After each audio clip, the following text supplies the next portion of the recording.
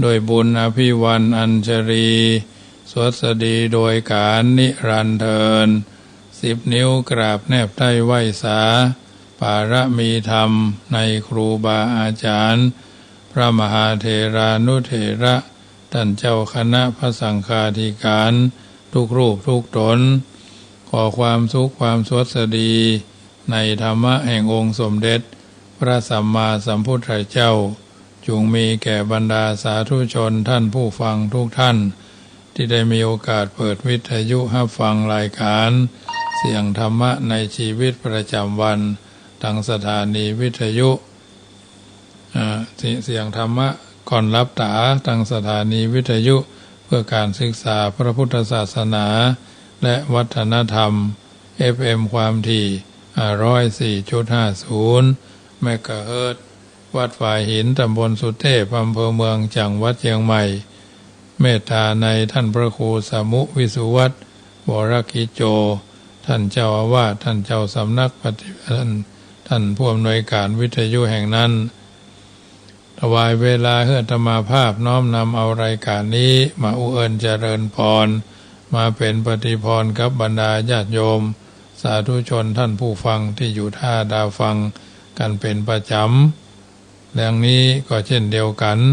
เป็นรายการเสียงธรรมะก่อนรับตาทุกวัน 19:05 นาทีถึง 20 นาฬิกาโดยประมาณเมื่อพร้อมแล้วจะได้นำปาญาติโยมกราบพระไหว้พระเห็นลำดับไปเนอะกราบ1กราบ2กราบ3กราบ4กราบ5อะระหังสัมมาสัมพุทโธภควาพุทธังภควันตังอภิวาเทมิกราบสวากขาโตภควตาธัมโมธัมมังนามัสสามิกราบสุปฏิปันโนภควโตสาวกสังโฆ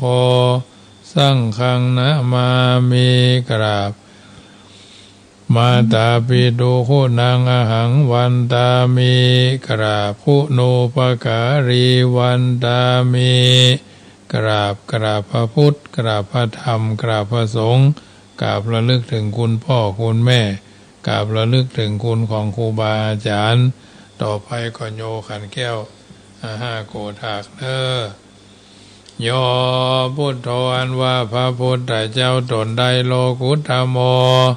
ตนพระเสริฐอุดมกว่าหมู่สัตวโลกอันมีญาณปัญญาอาทิสุดบ่ได้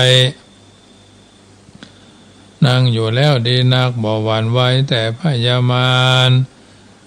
สาเสนังกับดังเสนานิพนธ์มานากันจริงก็ได้ถึงแล้วสัมโพธิยังปัญญา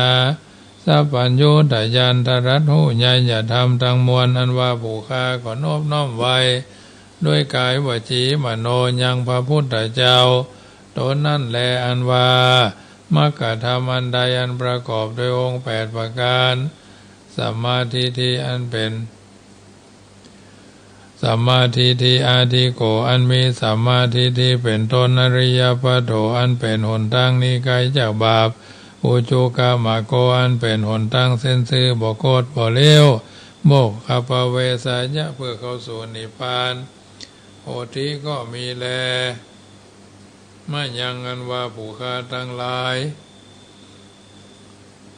อาหังอันว่าฆ่าปันนามามีขอนบน้อมไว้ด้วยกายวจีมโนตังธรรมังยังพระสัทธรรมเจ้าโสสังโฆอันว่าพระสังฆเจ้าหมู่ใดอันบริสุทธิ์จากบาปวรตคินโย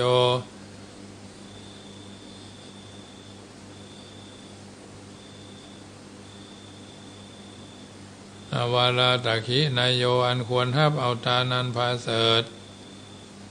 แห่งคนและเทวดาทั้งหลายสันตินทริโยอันมีอินทรีย์ทั้ง6ระงับดีแล้วมาราปะหิโนโดยหมู่คุณอันมาระสัพพมาราปะหิโนอันมีมาละคือกิเลสละได้เสียแล้วอนาสะโวอันหาอาสาวะธรรมบ่ได้สมิติปัตโตอันใดถึงแล้วยังความสำลิดทีบรมวรคุเนหิ เนเกหิโดยหมู่คนทั้งหลายอันมากโหติก็มีแลอาหังอันว่าคาปันนามามีก็โนบน้อมไว้โดยกายว่าจีมโนตังสังฆังซึ่งพระสังฆเจ้านั่นแลอันว่าพระสังฆเจ้าหมู่ใดอันบริสุทธิ์จากบาปวราตคินายโยผู้ทางยังมางั้นว่าคานามามิก่อนโนบน้อมไว้ผู้ทางยังพระพุทธเจ้าตนทรัตผู้ใหญ่อย่าทำตังมวลคุณอาสาคลันตังอันมีคุณปันดังหน้ามหาสมุทรอาหังอันว่าคาหน้ามามีก่อนโนบน้อมไว้ธรรมังยังพระสัทธรรมเจ้ามุนิราชเตสีตังอันพระพุทธเจ้าอักเทศนาอาหังอันว่าคานามามีขอนอบน้อมไว้สังฆังยังพระสังฆเจ้าโมนิราชสาวกังอันเป็นลูกศิษย์ฟังคำสอนแห่งพระพุทธเจ้าอาหังอันว่าคานามามีขอนอบน้อมไว้กรรมฐานาทายกาจะหลียังครูบาอาจารย์เจ้าอันเป็นกรรมฐานะทายกานิพานามากุเทสกัง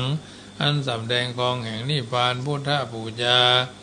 อันว่าขีญาอันใดปูชายังพระพุทธเจ้ามหาเตจามีเตจาอนุภาวะอันมากธรรมปูชาอันว่าขีญาอันใดปูชายังพระสังฆเจ้ามหาโภคามีโภคาสัมปติเขาของอันมากโหติก็มีแล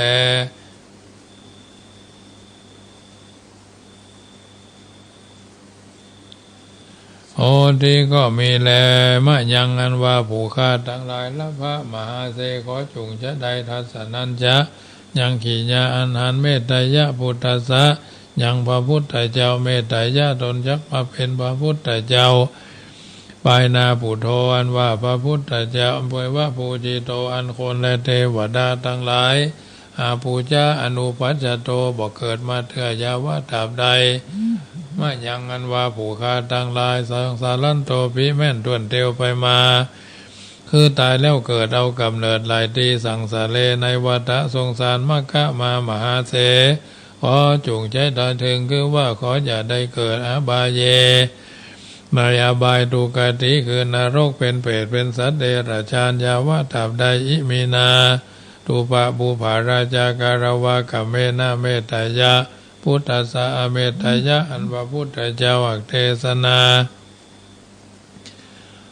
โดยกรรมมันใดบูชาการวะโดยธูปโดยเทียนเขาตอกดอกไม้อันนี้เธอจงเป็นปัจจัยกำจูฮือได้นิพพานจงมีแก่ผู้ฆ่าทั้งหลายเที่ยงแท้แด่เธอนะโมตัสสะภะคะวะโตอะระหะโตสัมมาสัมพุทธัสสะนะโมตัสสะภะคะวะโตอะระหะโตสัมมาสัมพุทธัสสะนะโมตัสสะภะคะวะโตอะระหะโตสัมมาสัมพุทธัสสะพุทธังสรณังกัจฉามิธัมมังสรณังกัจฉามิสังฆังสรณังกัจฉามิทุติยัมปิพุทธังสรณังกัจฉามิทุติยัมปิธัมมังสรณังกัจฉามิทุติยัมปิสังฆังสรณังกัจฉามิตติยัมปิพุทธังสรณังกัจฉามิตติยัมปิธัมมังสรณังกัจฉามิตติยัมปิสังฆังสรณังกัจฉามิสรณกัมมานังพุทโธสัพพัญญูตยานโนธัมโมโลกุตโรนาวาสังโฆมะคะปะละโตจะอิเจตังรัตนะตยังเอตัสสะอนุภาเวนะสัพพะอันตรายโยวินาศสันตุโนติปิโสภะคะวะอะระหังสัมมาสัมพุทโธวิชาจารณะสัมปันโนสุขโตโรกาวิโตอนุตตโรปุริสธรรมสารติสัทธาเทวมนุสสานังพุทโธภะคะวะติสวากขาโตภะคะวะตาธัมโมสันติติโกอากาลิโกเอหิปัสสิโกโอปนาญิโกปัจจตังเวติตัพโพวินโยหิติสุปฏิปันโนภะคะวะโตสาวกสังโฆยายาปฏิปันโนภะคะวะโตสาวกสังโฆสามิจิปฏิปันโนภะคะวะโตสาวกสังโฆยะติทังยัตตานิปุริสายุคานิอัฏฐะปุริสาปุคลาเอสะ ภะคะวะโตสาวกสังโฆอาหุนายโยปาหุนายโยตักขินายโยอัญชลีกาลานิโยอนุตตรังปุญญเกตังโลกัสสาติติปิโสภะคะวะทานาปารมีสัมปันโนทานาอุปปารมีสัมปันโนทานาปรามัทธะปาลมีสัมปันโนอิติปิเมตตาไมตรีกรุณามุทิตาอุเบกขาปาลมีสัมปันโนอิติปิโสภะคะวะศีลปาลมีสัมปันโนศีลอุปปารมีสัมปันโนศีลปารามัทธะปาลมีสัมปันโนเมตตาไมตรีกรุณามุทิตาอุเบกขาปาลมีสัมปันโนอิติปิโสภะคะวะปัญญาปารมีสัมปันโนปัญญาอุปปารมีสัมปันโนปัญญาปรามัทธะ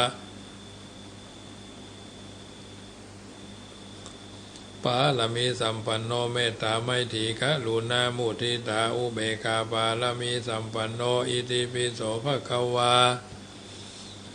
วิริยาปาละมีสัมปันโนวิริยาอุปปาระมีสัมปันโนวิริยาปาละมัทธาปาละมีสัมปันโนเมตตาไมตรีกรุณามุทิตาอุเบกขาปาละมีสัมปันโนอิติปิโสภะคะวะสัจจะปาละมีสัมปันโนสัจจะอุปปาละมีสัมปันโนสัจจะปาละมัทธาปาละมีสัมปันโนเมตตาไมตรีกรุณามุทิตาอุเบกขาปาลมีสัมปันโนติปิโสภะคะวะอธิฐานะปาลมีสัมปันโนอธิฐานะอุปปาลมีสัมปันโนอธิฐานะปารามัทธปาลมีสัมปันโนเมตตาไมตรีกรุณามุทิตาอุเบกขาปาลมีสัมปันโนอิติปิโสภะคะวะเมตตาปาลมีสัมปันโนเมตตาอุปปาลมีสัมปันโนเมตตาปรามัทธะปาลมีสัมปันโนเมตตาไมตรีกรุณามุทิตาอุเบกขาปาลมีสัมปันโนอิติปิโสภะคะวะอุเบกขาปาลมีสัมปันโนอุเบกขาอุปปารมีสัมปันโนอุเบกขาปรามัทธะปาลมีสัมปันโนเมตตาไมตรีกรุณามุทิตาอุเบกขาปาลมีสัมปันโนอิติปิโสภะคะวะทัสสะปาลมีสัมปันโนทัสสะอุปปาลมีสัมปันโนทัสสะปารามัทธะปาลมีสัมปันโนเมตตาไมตรีกรุณามุทิตาอุเบกขาปาลมีสัมปันโนโสภะคะวะอิติปิสวาธุสวาธุพระปัญญาปาลมี30 ทัศสวาธุพระปัญญาปาลมีวัดแวดล้อมวิริยะปาละมีอ้อมระวังดีศีลปาละมีบางหอกบางดาบเมตตาปาละมีผ้าแป้ตังปืนทานาปาละมีคือเป็นผืนดังต่ออุเบกขาปาละมีคือก่อเป็นเวียงสัจจะปาละมีแวดระวังดีเป็นไม้ไตรกันตีปาละมีกายเป็นหอกเป็นดาบบางนาไม้และปืนไฟอธิฐานะปาละมีพันดาบไปทุกแห่งแข็งแข็งแห้งแห้งป่าฝูงหมู่มารพีสร้างใบเพศทุกทวีภพที่ปั้งไปนี้นั่งท้อดันนี้อัศจรรย์โสสะเหมือนฟันอยู่ข้างๆน้ำนาทีนองกวางตอกกวางแตกที่ฟองและนองด้านนอกกลายเป็นเขาตอกดอกไม้ถวายปู่จาพระแก้วแก่นท้ายสตันพระผู้ทางเอ่ยจงมาบายโพดอนุญาตโทษโปรดผู้คาแท้ดีหลีแม่ทอดันนีออกมาหีดมวยผมอยู่ที่ท่าจ้างให้คายขะจังงาซับดินพ่นน้ำนาทีลงผัดภายขอจ้างภายหักโตบเท้าพยามารห้องอ่าวปูนกัวกับยอมือขึ้นทุนหัวใส่เขาผู้คานีเล่าได้ชื่อว่าลูกศิษย์พระพุทธเจ้าผู้มีบุญสมปานั้นมากนักพระพุทธเจ้าจึงตั้งพระปัญญาปาละมีไว้เก้าชั้นทั้งไว้ทางนาก็ได้เก้าชั้นทั้งไว้ทางหลังก็ได้เก้าชั้นตั้งแต่หัวแผ่วตีนก็ได้เก้าชั้นตั้งแต่ตีนแผ่วหัวก็ได้เก้าชั้นแสนวาลูกปืนจักมาเสมอเหมือนฝนแสนหาก็บ่มีมาจากใครใดข้าพระเจ้าเลยได้ชื่อว่าพุทธคุณังธรรมคุณังสังฆคุณังพุทธอินตา ธรรมอินตาสังฆอินตาอัสสหับแม่ธรณีผู้อยู่เหนือน้ำผู้อยู่กำแผ่นดินการคาใดระลึกถึงหาคุณพ่อคุณแม่คุณครูบาอาจารย์คุณพระแก้วเจ้าทั้ง3ประการคือคุณพระพุทธคุณพระธรรมคุณพระสงฆ์คุณแดดคุณฝนคุณน้ำคุณลมคุณไฟคุณกุศลเจ้าก็ดีคุณนางอุตราเจ้าก็ดีคุณพระปัจเจกเจ้าก็ดีคุณพระตนเมตตาภาว่านาเจ้าก็ดีจุงมาสัมพิทักษ์รักษาพุ่มครองตังกำนาและกำหลังยังตนตัวแห่งผู้คาทั้งแต่ทีคากาละยามนี้นั่นจุงจักมีเตี้ยงแท้ดีลีแด่เธอกุศลบุญญารายสีอันนี้นามีมากหลายผู้คาทั้งหลายทั้งสมณะสัทธาและมูราสัทธาจุใหญ่น้อยใจยิงต่างคนก็ต่างกระทำใดแล้วอุทิศถวายไปหาฟูงเต้ปาฟูงเต้ปาเจิญจุงไว้เคยอยู่ไกลขอบสีมาน้อมเนตรน้อมกราบก่อนสาวับไว้เสียงจุองค์จตุโลกเรียบเพลงลงผายแผ่ฮือจุกโยฮือจุงจมบานถึงเท้าราชองคารอินเชื่องเจ้าโขงเขตเงาแคว้นแดนบนยอมือย่อยื่นน้อมผายแผ่ผายผลไขป่องแก้วชื่นดวงไทยนอพระเจ้าชื่อเมตไตร3โลกไทยพัมใต้พัมตังมวลถึงรอดยักหมู่ไอสวนบาแผ่แฝงไฟเฝ้าด่านดอยแดนตังหน้าคุดหมู่จุมแทนเป็นโคตรเงาสืบแต่เก้าผาบเมืองบนวางตอดกำเติมสายฝนลงลุ่มไตผายแผ่ไวยซึ่งบุญตันพับลอดห้องชุสันธานย่อมพี่บานจอเชื่องเต้าตนผาบดาวเวทสุวรรณตังหมูยักษ์และกลุ่มพันภายไทยแผ่วป่าไม้ด่านดอยดงพิศาจสัตว์บกน้ำจูตัวตนหายโศกเสียงชื่นยินดีนางนาไทยแม่ธรณีจำจื่อมันเมียดไม้ตานตังวงวานจุมพี่น้องจุที่คองภาคสันธานพ่อแม่ชั้นลูกเหลนหลานฝูงมวนมิ่งมามวยหายเตื่อมกันนาโดยรอดถึงตามอริยะสั่งสอนธรรมะเจียนจากแล้วพีลาไลฝูงเผามีดข้าวเครือใหญ่ลงแผกดันสู่บายวิทขาดซ้ำผ่อนสูญหายเขาและน้ำแผ่นอาภาบุญอย่างนี้จุงตันมาหันตันต่อหน้ารีบเร็วปันนำสู่ห้องถึงสวรรค์เจ้าป้นที่ให้ปองทางดีแถมสมบัติมีมากมายมิไลเหลื่อมแทงเตื่อมสมปานพระเคาะเก่าประการเวียนแวดเกี่ยวคุบราเบียนคุยเตียวร่วมเข้าสู่ราศีกับวิ่งป้นอย่าเบาบานตั้งติดอาจารย์การพายแผ่ฮือรอดถึงจูพุทธพัดสุขเสาราหูอย่าถูกตองเตียวร่วมห้องไฟสันดานจตุโลก4ประการแม่นตัวใดมาบังเกิดเป็นเคราะห์ร้ายสัตถลูลบหลีกเว้นอย่าราวีนำโชคคือถึงสลีทางสมบัติมากมายมีรูปหลาบล้วนจุงจมบานอายุมันยืนยาวหายทุกข์หายโศกหายโรคหายภัยหายเสนียดจันไรเสี่ยงจุขิงคนนั่นจุงจักมีเตี้ยงแท้ดีลีแด่เธอเอาละญาติโยมสาธุชนคนดีทุกคนทุกท่านได้ยินได้ฟังการสังวาสสวดที่ยายพุทธคุณธรรมคุณเรียบร้อยต่อไปก็ขอประกาศอนุโมทนาเจ้าภาพเจ้าสถานเนอะที่เพิ่นได้ร่วมทำบุญเป็นเจ้าภาพกองผ้าป่าของสถานีวิทยุคลื่น96เนื่องในโอกาสครบรอบ784ปีป่อพญามังลายเนาะเพิ่นก็มีเหรียญเจ้าพ่อพญามังลาย2556เปิดห้องว่ารุ่น727เนาะ727รุ่นวันที่2566อันเนี้ยก็ถือว่าเป็นเหรียญรุ่นหนึ่งของพ่อพญามังลายสำหรับพระป่าสถานีนั้นพระเจ้าพระสงฆ์ที่จัดรายการขึ้น96ทุกรูปทุกตนก็จะได้นำพระป่าปัจจัยที่หามาด้วยน้ำพักน้ำแรงแห่งตัวตนแต่ละรูปแต่ละตนฐานะแต่ละวัดแต่ละวาก็ความเป็นอยู่บ่เหมือนกันเนาะ บางวัดก็โก้หรูบางวัดก็ดูจะมีสง่าราศีบางวัดก็อยู่ตามสมถะเรียบง่ายอันนี้ก็ถือว่าแล้วแต่จริตอัธยาศัยความเป็นอยู่และสภาพแวดล้อมอาตมาภาพเข้ากับผมก็จะได้น้อมนำเอาผ้าป่าไปร่วมกับเพื่อนจำนวน1 ต้นป่าลบเอาไว้ว่าปีละ 10,000 บาทก็เริ่มต้นคือ 3,000 บาท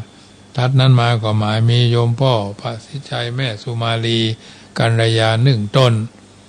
500 บาทหนึ่งท่านที่1เนาะ500 บาทแม่พันนีปากองวันหนองเชียงคืน500 บาทโยมพันวรันเชียงใหม่200 บาท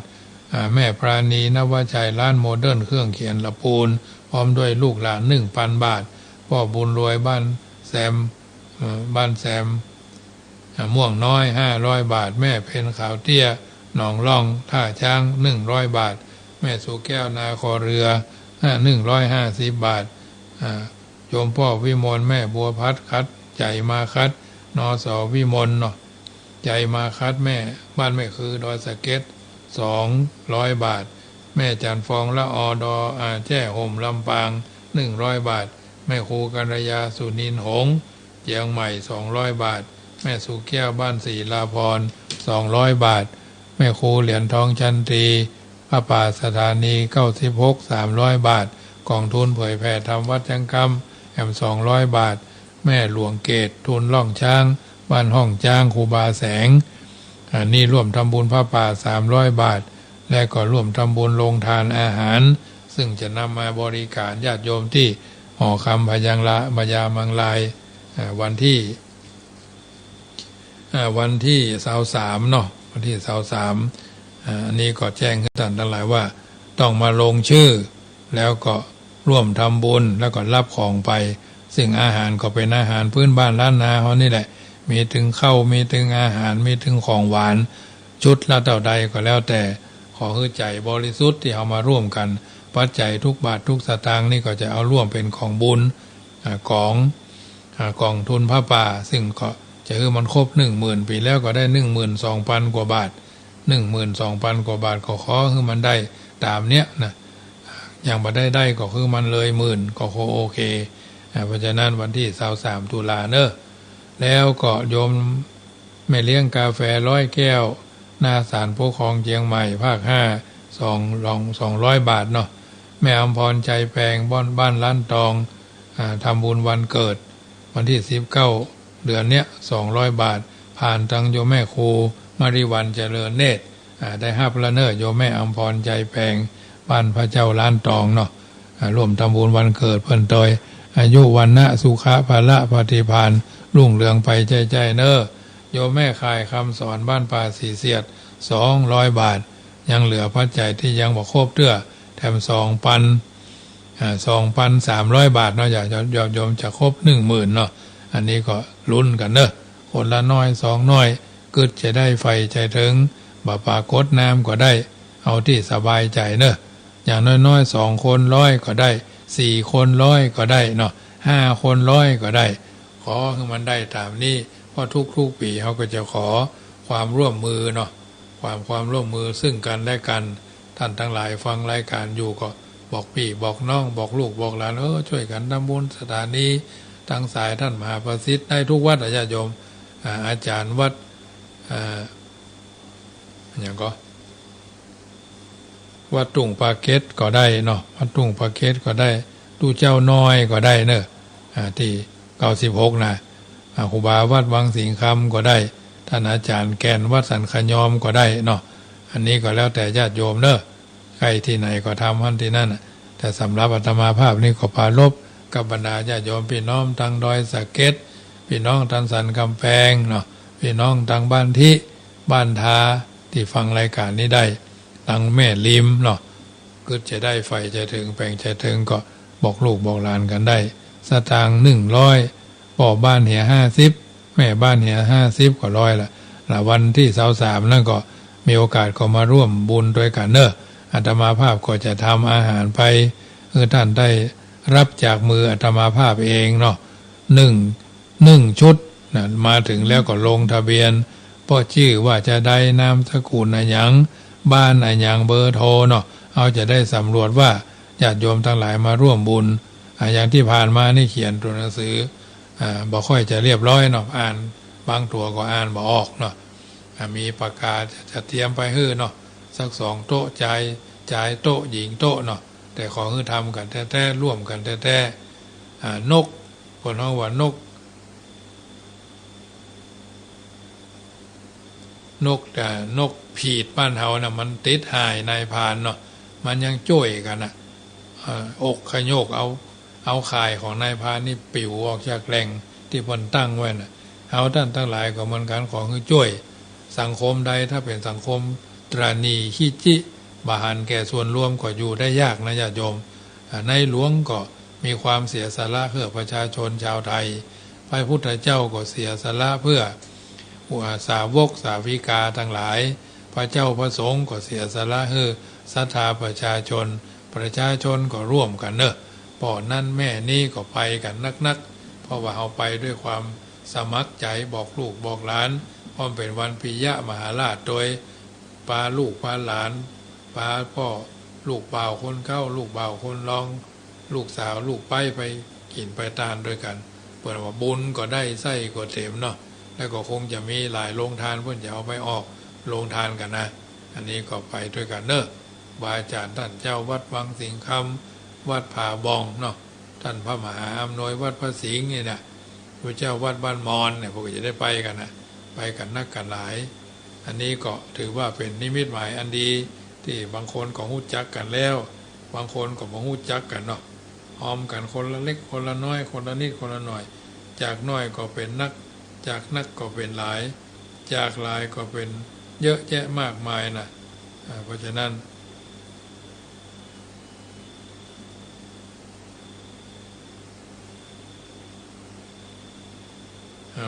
สิ่งต่างๆเราเนี่ยถ้าเราร่วมด้วยช่วยกันมันก็บ่เป็นอย่างถ้าเราบ่ร่วมกันก็ยังว่านะมันขาดอย่างไปสักอย่างหนึ่งสุขาสังฆาสะสามัคคีนะครับความสามัคคีเป็นเหตุนำมาซึ่งความสวัสดิมงคล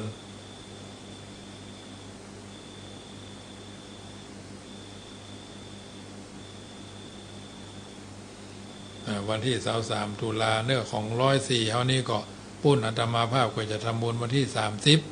30มอบเพื่อสถานีวิทยุคลื่น104นี่ก็วันที่30 ธันวาตั้งธรรมมหาจาตุโลกเพราะฉะนั้นมีโอกาสก็ร่วมด้วยช่วยกันคนละเล็กคนละน้อยนิดหน่อยก็ว่ากันไปบางอย่างถ้ามันลำบากใจเราก็อย่าไปทำแล้วสบายใจทำไปเถอะญาติโยมทั้งหลายเพราะฉะนั้นเจ้าภาพเจ้าสถาทัศน์นั้นมาก็มีการทำบุญถวายโคมไฟอันเป็นรูปจ้างเนาะโคชสารเนาะจ้างอันเป็นพญาสัตว์ท่านใดที่เกิดปีใกล้หรือปีคูณหมูใกล้จ้างก็เป็นเจ้าภาพโคมไฟประดับเสาบันไดกุฏิใจด้านละ8 ตัวเนาะขึ้นด้านซ้ายก็8 ตัวขึ้นด้านขวาก็8 ตัวละ900 บาทก็ได้ประชาสัมพันธ์ทางเฟซทางไลน์ไปแล้วก็ประชาสัมพันธ์บางสถานีวิทยุก็หมายมีเจ้าภาพเจ้าสดาแจ้งความประสงค์มาอยู่5 ท่านขอใจ16 ตัวเนาะซึ่งก็ประกอบไปด้วยโยมแม่วิไลวสุไทยหาการเนาะเชียงใหม่1 ตัว900 บาทอันนี้มาเป็นผู้แรกท่านแรกเนาะ2โยมรักษากรุงเทพนี่จอง900 บาทสิ้นเดือนโอนเนาะ3โยมแม่ครูเหรียญทองจันทีนองบ้านต่อเมืองลังเชียงใหม่ร่วมทำบุญ900 บาทอันนี้ก็จองเนาะทัดนั้นมาก็มีโยมแม่จันทิพย์ป่ากล้วยสารปีจอง1 ตัว900โยมแม่ป้อสิงคำเนาะแม่พิสมัยรินสินจ้อยเนาะแม่ริมอันนี้ก็1 ตัวรวมเป็น5 ตัวก็ยังทำ11 ตัวนะญาติโยมลุ้นกันเนอะช่วยกัน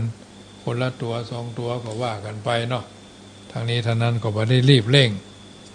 บ่ได้รีบเร่งเท่าใดเอาที่สบายใจมีโอกาสก็ร่วมกันมาอันนี้ก็เป็นเรื่องของการ ทำบุญสุนทรทานแต่ละปีแต่ละที่แต่ละแห่งแล้วก็มีคุณโยมณฤมลสิริพันธ์อุทิศให้โยมแม่อัมภัยสุทธกรเนาะนายสุทธีสิริพันธ์ผิงอันนี้เป็นอยู่ดินแดงกรุงเทพอันนี้ก็แถมตัวหนึ่งเนาะแถมตัวหนึ่งก็รวมไปแล้วก็6 ตัวแล้วเนาะโยมณฤมลสิริพินสิริศิลป์สิริพันธ์คำจะสิริศิลป์ดินแดงอันนี้ก่อน1,000 บาทอันนี้เพิ่นมาทำบุญตะวาเหมือนไหนเพิ่นก็มาชับจังหวะทำก็ทำแล้วก็ร่วมทำบุญกฐินทำกองทองเนาะ200 บาทอันนี้ก็สาธุเนาะเหลือทำ10ตัวละ900เนาะกฐินก็มีท่านผู้แจ้งความประสงค์มา1 ท่านเป็นกองเพชรเนาะกองเพชร300กองทอง200กองเงิน100นอกนั้นก็ตามเจตนานะบ่ได้เอานักเอาหลายเอาที่สบายใจเนาะญาติโยมก็ทำได้คุณโยมสมจิตอุ่นจิตเชียงใหม่ร่วมทำบุญเป็นเจ้าภาพกฐินกองเพชร1 กอง300 บาทนี่เพิ่นก็โอนมาละสาธุด้วยเนอ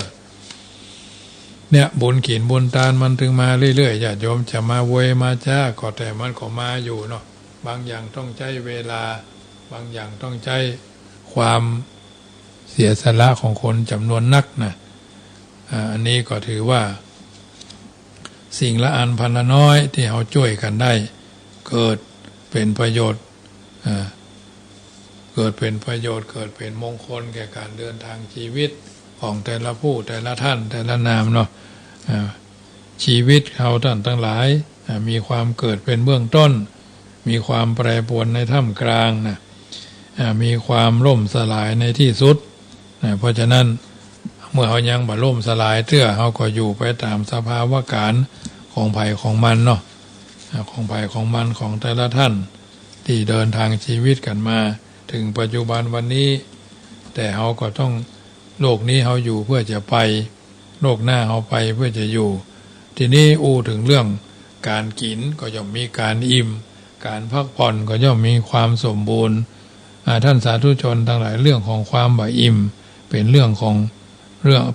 ที่ควรจะคิดเพราะว่าอิ่มก็มีบ่อิ่มก็อิ่มดีก็มีอิ่มบ่ดีก็มี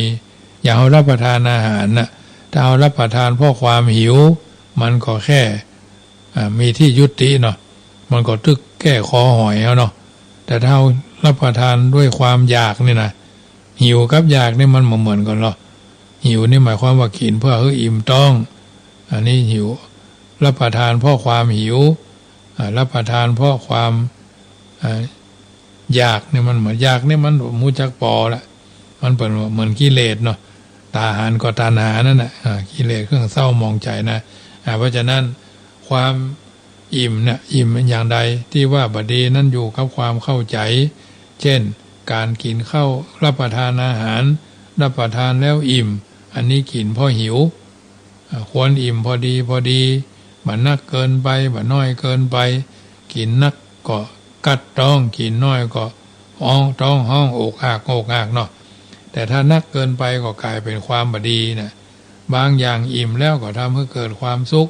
ยิ่งอิ่มก็ยิ่งเพิ่มพูนความสุขนั้นอิ่มในธรรมท่านเรียกว่าธรรมปีติ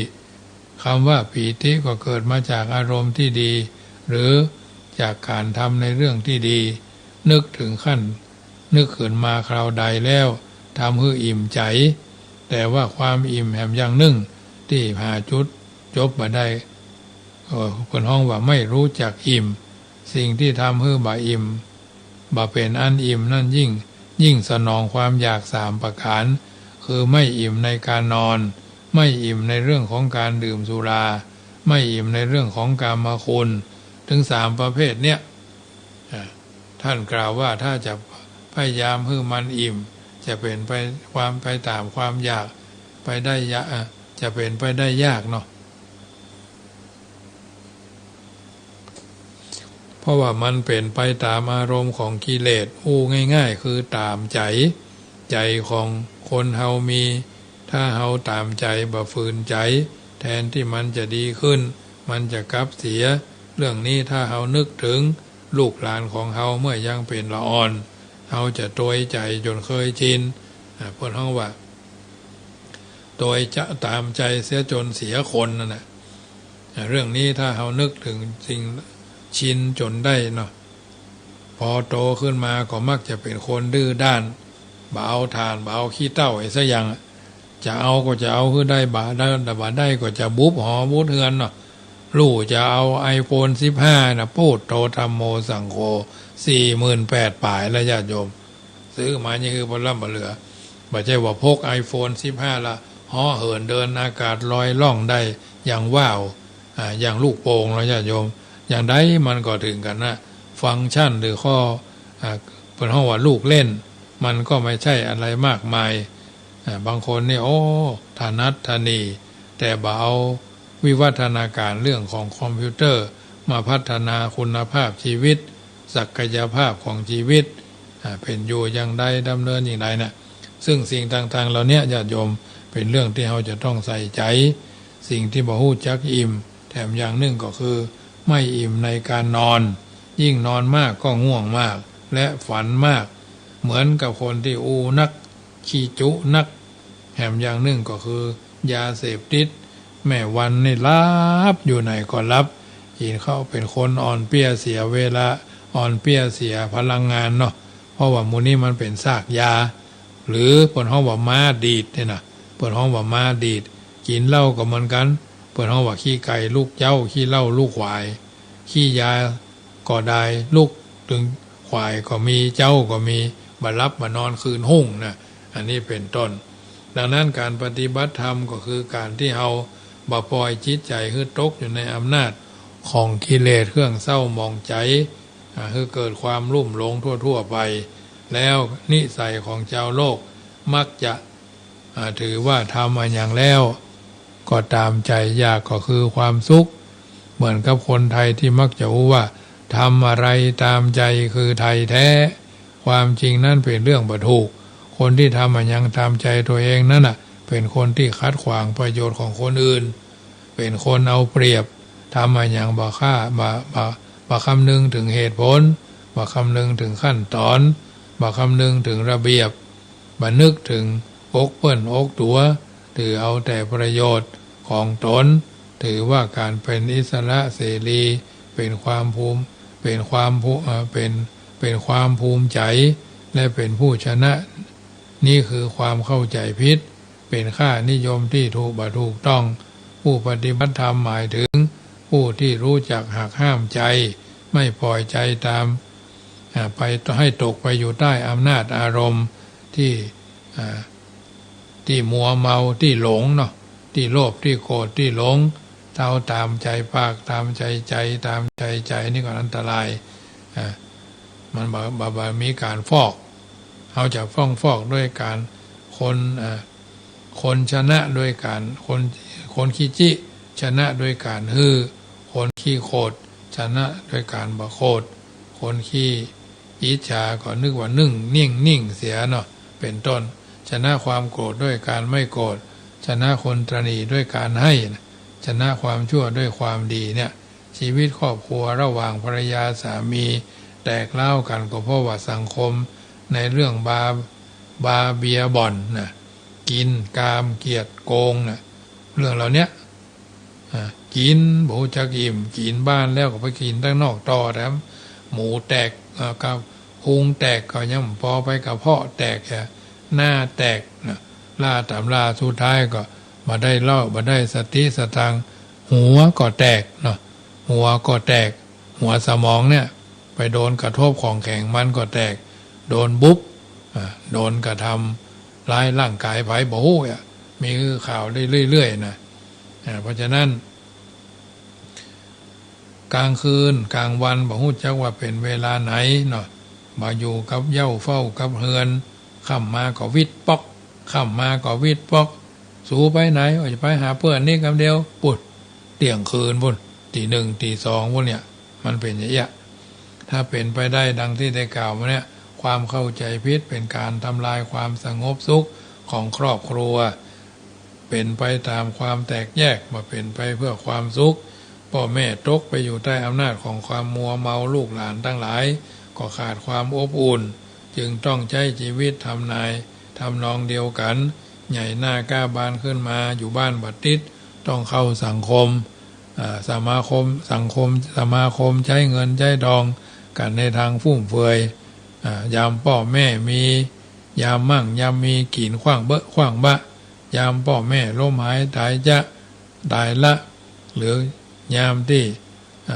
ล้มหายตายจากก็เป็นวันแหลมแต้มแตะเป็นบ่ห้อยน้อยจาก็มีเสนอสนองไปในทางที่ผิดและผลที่ปรากฏถามมาก็คือเงินทองเกาะคอนเทินทองเก่าหมดไปของใหม่มาหามาบ่พอนั่นก็คือวุ่นวายของสังคมครอบครัวดังนั้นเราต้องถือคติว่าความรู้จักอิ่มความรู้จักพอความมีคุณธรรมคนใดที่ไหนคนใดที่ใดรู้จักคุณธรรมปฏิบัติธรรมสำรวมระวังและมีความอิ่มใจ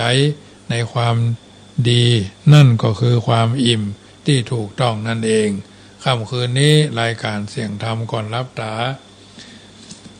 ก็มาถึงช่วงสุดท้ายอัตมาภาพพระมหาประสิทธมาภินันโท